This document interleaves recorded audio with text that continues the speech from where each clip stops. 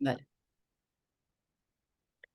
Bienvenidos, seguimos conociendo a los finalistas del Premio Internacional FELIFA 2023 y estamos en Bariloche visitando a Paz Croto. ¿Cómo estás, Paz?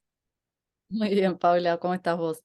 Bien, un gusto verte y un gusto ver tu libro. Eh, Realmente un placer esta experiencia de lectura, imágenes. Contanos cómo empieza esta historia y qué historia cuenta tu libro. Bueno, es difícil decir cuándo empieza, porque empieza por ahí en mi infancia con mis recuerdos, ¿no? Como al conocer a Guillermo, que lo conocí más o menos cuando tenía 4 años más o menos, y él muere cuando yo tengo 18. Ah, Y después, a los 6 años más o menos, muere mi abuela. mm, Y Guillermo y mi abuela eran como los creadores de ese lugar. Y ahí empecé a hablar con las personas que lo habían conocido a Guillermo. O sea, empecé por la palabra, digamos. Empecé con mi mamá, que la invité a tomar un café, porque no quería hablar en mi casa. La invité a tomar claro. un café y la grabé, y ella fue la primera que me... Y a todos bueno, y empecé a hablar con la gente que lo había conocido, que no era tanta. Entonces empecé con eso, con las entrevistas. Cada uno me contaba algo. Y había cosas que yo sabía y había cosas que no, obviamente que no sabía porque yo era más chica en su momento. Y después, mucho más tarde, empecé con las fotos, Ah, como que eran fotos que tienen que ver, bueno, con el lugar donde él vivía, con el arroyo, con el monte, con la vegetación que hay ahí, pero también con la casa de mi abuela, con nosotros de chicos, con mis primos, había algo de los animales, que estaba todo atravesado, lo de buscar huesos, lo de estar en el río, lo de las crecidas, lo de la luz del mediodía. Como que bueno, empezó todo eso a hacerse ¿dónde es muy fuerte. este lugar? Es en las sierras de Córdoba, en el Valle de Calamuchita. Ujú. Hay un lugar que se llama Los Reartes, y de ahí, que está muy cerca de Villa General Belgrano, que es por ahí más conocido en la zona. Y de ahí más o menos 45 minutos andando en auto por un camino así de montaña hecho torta, llegas a la casa de mi abuela. Bien. Y ahí, bueno, se hicieron todos mis recuerdos, toda mi infancia, toda mi adolescencia está puesta ahí. Yo era de la ciudad y vivía todo el año en la ciudad, y después en diciembre llegaba a este lugar que todo era diferente. Era diferente lo que se podía hacer, era diferente lo que se veía, nada, era todo un asombro constante. Yo ahora lo veo que voy con mis hijos, les pasa lo mismo, lo de buscar los huesos, lo de jugar todo el día, lo de estar afuera, como era otra cosa. Y, Y y esta esta historia persona, que se va contando con una narradora que yo te comentaba que me remite a Sara Gallardo, ¿no? Que es esta forma de contar desde adentro, de transmitir un clima y describir un personaje tan a fondo que el personaje no lo vemos, pero vemos todo su universo. claro, es como que tenía todas las entrevistas separadas, y dije, bueno, ¿cómo armo la historia? Mm. Porque a veces el que habla sería como un par, una persona que después hizo su trabajo, después es una persona que lo recuerda, que puede ser mi tío, después una persona que por ahí tuvo una historia amorosa, después una vecina que no se entiende bien qué pasaba porque eran amigos, pero ella sufrió la muerte como si fuera, no sé, una como mejor amiga, Bien. casi otra.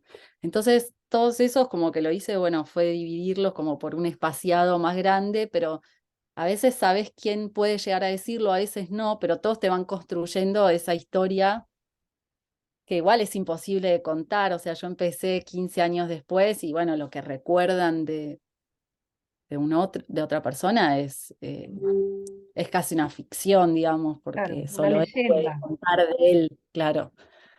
Eso es clarísimo, como lo mismo que la imagen está entre lo documental y la ficción, las palabras también, porque por más que sean recuerdos muchas veces se cruzaban, ¿viste? Un tío me decía una cosa, otro tío me decía otra, pero bueno, cada uno recuerda diferente.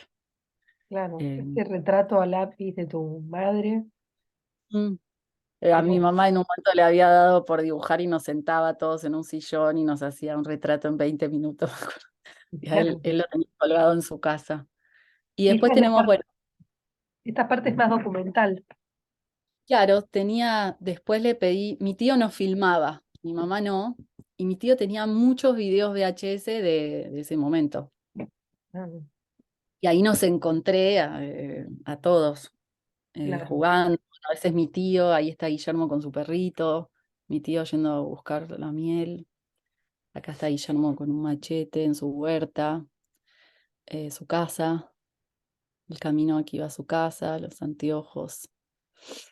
eh, Es como cómo reconstruir una memoria, cómo reconstruir una época, un personaje un poco mitológico, eh, cómo contar una historia sería este libro y un ensayo fotográfico que podría estar solo sin este relato y igual funcionaría, ¿no? Pero con este relato cobra otra profundidad. Sí, yo siempre dudaba de cómo, viste, porque a veces siento que las palabras y las imágenes van por dos lugares diferentes. Y está bueno, en Eh, un libro está bueno que esto también ocurra. Ujú.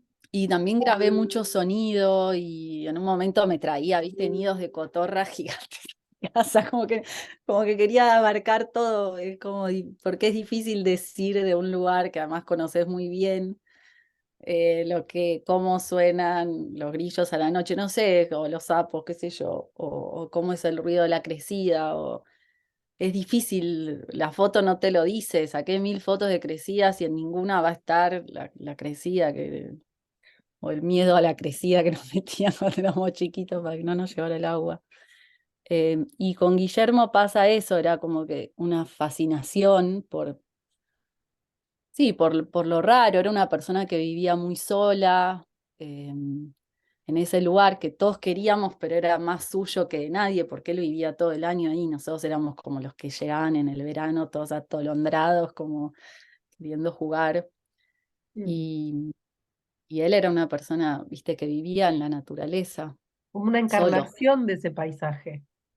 Sí, pero no era marginal, digamos, no era así, era alguien que estaba como a gusto solo, como de Claro, hecho había tenido una familia, había elegido como ese retiro. Y sí, después leí mucho de ermitaños, no en el sentido por ahí de los ermitaños que se iban a la montaña a rezar, ¿viste? No era esto, no había renunciado a ningún placer, Guillermo, claro, pero, em, pero sí a esa idea de estar solo, que ahora parece casi imposible, porque en su momento, ¿viste? No había ni celulares, claro, mucho menos claro. celulares con internet, que cambiaron las reglas de todo, digamos.